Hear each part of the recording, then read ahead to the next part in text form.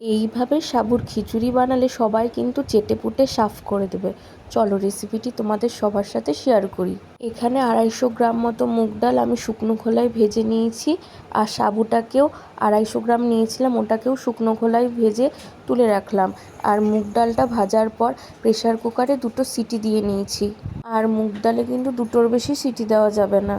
শুকনো খোলায় ভাজা সাবুটাকে তুলে রাখার পর জল ঝারিয়ে রেখে দিয়েছিলাম একটা ঝাঁঝরিতে। এরপর কড়াইতে তেল দিয়ে আমি এখানে 3 রকম সবজি নিয়েছি।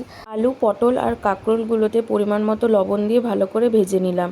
আর এইদিকে আদা আর টমেটো আমি কুড়িয়ে নিয়েছি।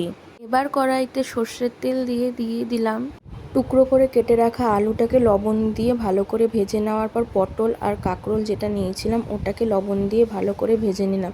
তারপর সেই কড়াইতে আবার আর একটু তেল দিয়ে দিলাম গোটা জিরে, দিয়ে একটু নাড়ার পর দিয়ে দিলাম আদা আর টমেটো যেটা কুড়িয়ে রেখেছিলাম সেটা দিয়ে ভালো করে কষানোর পর এক এক করে দিয়ে দিলাম লবণ, হলুদ, জিরে গুঁড়ো আর শুকনো মৌরি শুকনো খোলায় ভেজে ওটাকে পেস্ট করে নিয়েছিলাম, সেই গুঁড়োটা দিয়ে ভালো করে কষিয়ে এক এক করে সব সবজিগুলো দিয়ে আবারও কিছুক্ষণ নেড়ে সেদ্ধ করা মুগ ডালটা দিয়ে দিলাম। আর দিয়েছিলাম 4-5টা কাঁচা লঙ্কা।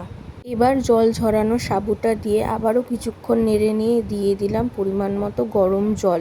সাবুদানা, ডাল, সবজি ভালোভাবে সেদ্ধ হয়ে আসলে টুকরো করে কেটে রাখা ভাজা পনির, গরম মশলা গুঁড়ো আর ঘি দিয়ে দিলেই তৈরি সাবুর খিচুড়ি। তোমরা অবশ্যই এইভাবে বানিও আর জানিও।